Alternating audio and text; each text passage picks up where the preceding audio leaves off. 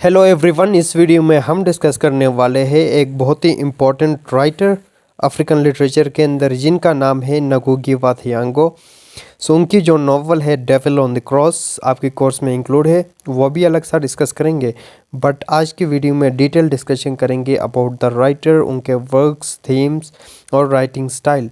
So begin with the short introduction about the writer. इनका नाम है नगुगी वा थियांगो, जो कि एक केनियन राइटर थे, नॉवलिस्ट, एसेइस्ट, प्ले राइट और लिटरेरी क्रिटिक भी थे। और वो पैदा हुए थे 1938 में केनिया में। And he is one of the Africa's most prominent and influential writer. Africa में, अफ्रीकन लिटरेचर में एक बहुत ही मशहूर और इम्पॉर्टेंट प्रोमिनेंट राइटर है। And he has received numerous awards for his works, और उसको बहुत सारे अवार्ड्स भी मिले हैं अपने वर्क्स के लिए। सो बेसिकली उनकी जो अपब्रिंगिंग हुई थी वो एक केनियन विलेज के अंदर हुई है, और उसने वहाँ से ही लोकल स्कूल से ही बेसिक एजुकेशन हासिल की।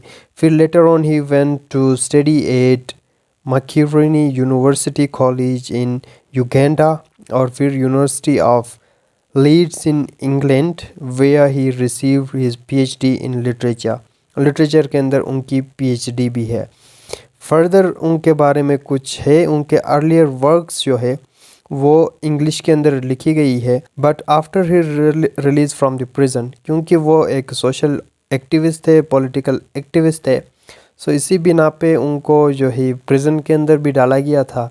और ये भी कहा जाता है ये जो नॉवल है डेविल ऑन द क्रॉस, उन्होंने उस दौरान, यानी जब प्रिजन में थे उस दौरान लिखी, और उनको लिखने के लिए कुछ नहीं था उनके पास, सो टिश्यू पेपर के ऊपर उसने लिखा हुआ है।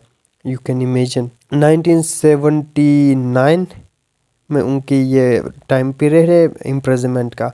And he began to write in his native language Gikuyu. और ये जो है डेविल ऑन द क्रॉस, ये फर्स्ट इनिशियली लिखी गई थी उनकी अपनी native tongue, native language Gikuyu में। लेटर ऑन ये ट्रांसलेट की गई इंग्लिश में। सो लैंग्वेज को हम डिस्कस करेंगे कि उसने गिकियो के ट्रम्स भी यूज़ किए हैं language. So language as a resistance बहुत सारे राइटर्स यूज़ करते हैं। थिंग्स फॉल अपार्ट में चिनवा अचीबे में भी आप देखेंगे वो भी यूज़ करते हैं local terms, local proverbs. So this means this is an act of resistance towards English language. So this decision was driven by his desire to promote African languages और cultures को वो promote करना चाहते हैं, इसीलिए वो initially तो गिक्यू language में लिखी है, और जब इंग्लिश में ट्रांसलेट की गई है तो कुछ टर्म्स गिक्यू लैंग्वेज के भी है। मोस्ट फेमस वर्क्स उनके देखेंगे जिनमें है वीप नॉट चाइल्ड, दूसरा है अ ग्रेन ऑफ वीट। ये ग्रेन ऑफ वीट बहुत फेमस है और कुछ लिटरेचर कोर्सेज के अंदर भी आपको मिलेगा। फिर पेटल्स ऑफ ब्लड, और उनके नॉवेल्स के अंदर कौन से थीम्स वो एक्सप्लोर करते हैं, कौन से थीम्स के बारे में लिखते हैं, वो लिखते हैं कॉलोनियलिज्म के बारे में। ऑब्वियसली जब आप डेविल ऑन द क्रॉस पढ़ेंगे you came to know that ये जो है न्यो कैपिटलिज्म, जो कि एक फॉर्म है कॉलोनियलिज्म का, एक एस्पेक्ट है, उसके बारे में है।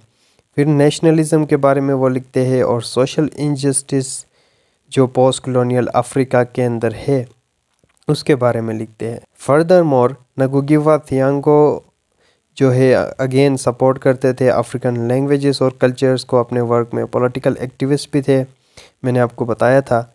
सो अगेन जो बहुत सारे अवार्ड्स उन्होंने जीते हैं उनके नाम है जी लोटस प्राइज़ फॉर लिटरेचर, फिर Nonino international prize for literature and Commonwealth writers price.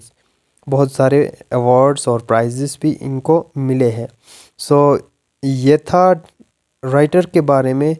If you want further information about the writer, उनके लिटरेरी करियर के बारे में हमने डिस्कस किया। नॉवलिस्ट, प्ले राइट और क्रिटिक के तौर पर भी काम किया, और नेटिव लैंग्वेज को वो प्रमोट करते हैं, एंड बहुत सारे अवार्ड्स मिले इनको। सो ये था।